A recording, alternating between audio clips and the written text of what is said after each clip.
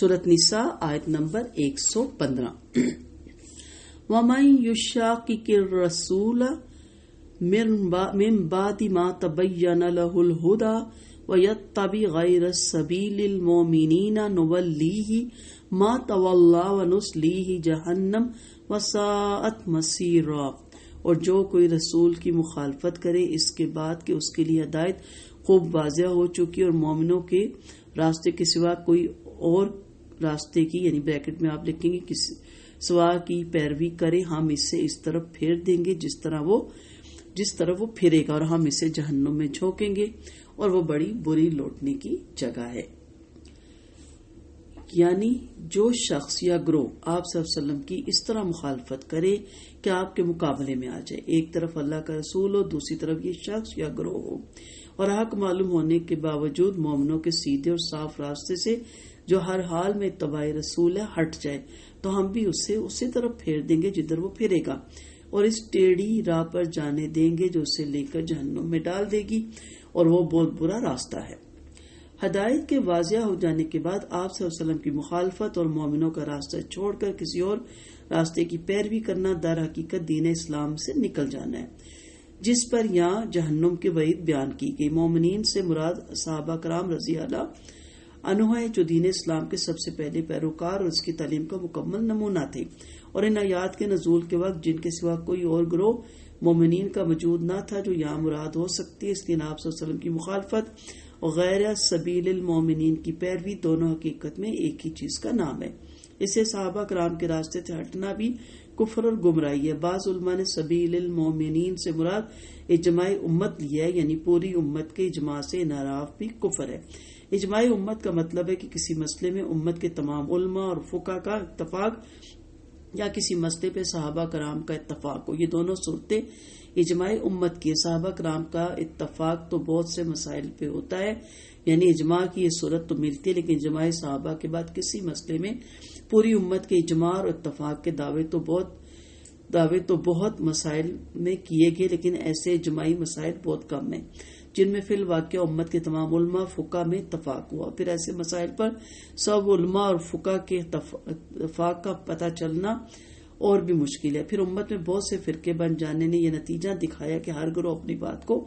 منوانے کے لیے اجماع کا دعویٰ کرتا ہے، خواہ وہ سرہن قرآن و حدیث کے خلاف ہو، مثلا قبروں پہ عمارت بنانا، ان پہ غلاف چڑھانا، چراغ جلانا، غیر اللہ کے نام پہ جانور ذبح کرنا، تعزیے نکالنا، انبیاء کو انسان سمجھنا، انہیں خدائی اوصاف دینا، میلاد، 11واں، تیجا، 7واں، 10واں، 40واں، عرس، میلے، پیر کا تصور باندھنا، اس کی ہر صحیح غلط بات ماننا، الغرض سری شرک اور بدعات کے کاموں کو اجماع کا نام دے دیا گیا۔ البتہ اس بات میں کوئی شک نہیں کہ ایسے مسائل جن پر بالواقع پوری امت کے علماء اور فقہ کا اجماع ہو، ان کا بھی انکار صحابہ کے اجماع کے انکار کی طرح کفر ہے، کیونکہ نبی کریم صلی اللہ علیہ وسلم نے فرمایا اللہ تعالیٰ میری امت کو گمراہی پہ اکٹھا نہیں کرے گا، اور جماعت پر اللہ کا ہاتھ ہے۔ وساعت مسیرہ، اس آیت میں ان لوگوں کے لیے سخت وعید ہے جو نبی کریم صلی اللہ علیہ وسلم کی سنت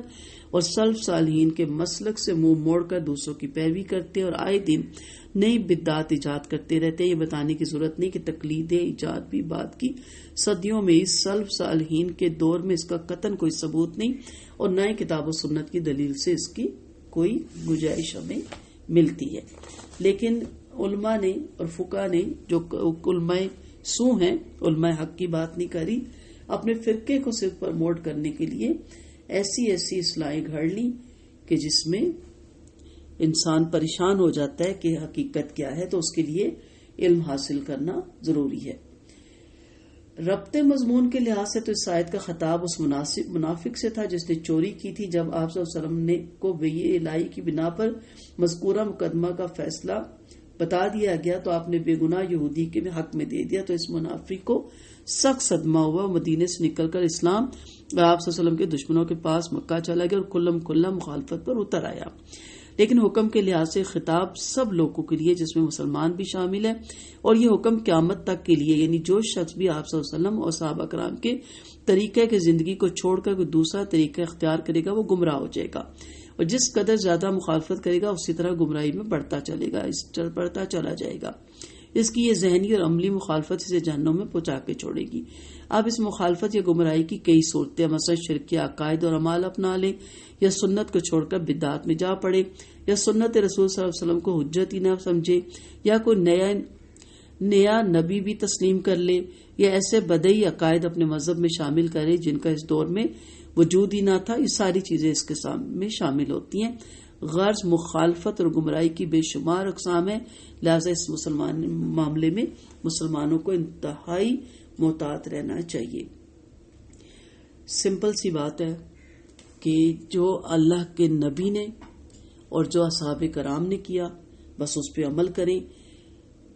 اس کے بعد کس نے کیا کیا اس کے آپ مقلد نہیں ہیں. اگر آپ سارے فقہ کا، سارے علماء کا، چاروں ائمہ اربعہ کا انکار کر دیتے ہیں، آپ پھر بھی اسلام میں داخل رہتے. لیکن اگر آپ اللہ کے رسول صلی اللہ علیہ وسلم اور صحابہ کرام جس راستے پہ چلے اس کا انکار کرتے ہیں تو آپ اسلام سے خارج ہو جاتے ہیں. تو فرقہ ماننا، جماعت ماننا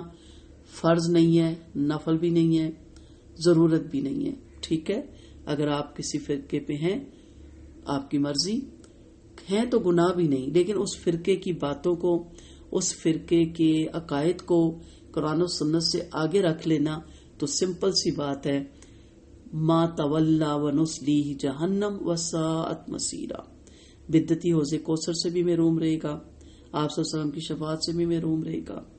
اور آگے جو آیت آ رہی ہے شرک کرنے والا، جو ہمارے یہاں بہت سے فرقوں نے اس کو جائز قرار دیا ہوا ہے، شرک اکبر اور شرک اصغر اور شرک خفی، تمام شرک اس میں شامل ہیں، تو ان کا تو ٹھکانہ پھر سیدھا جہنم ہے. وآخر دعوانا ان الحمد للہ رب العالمین.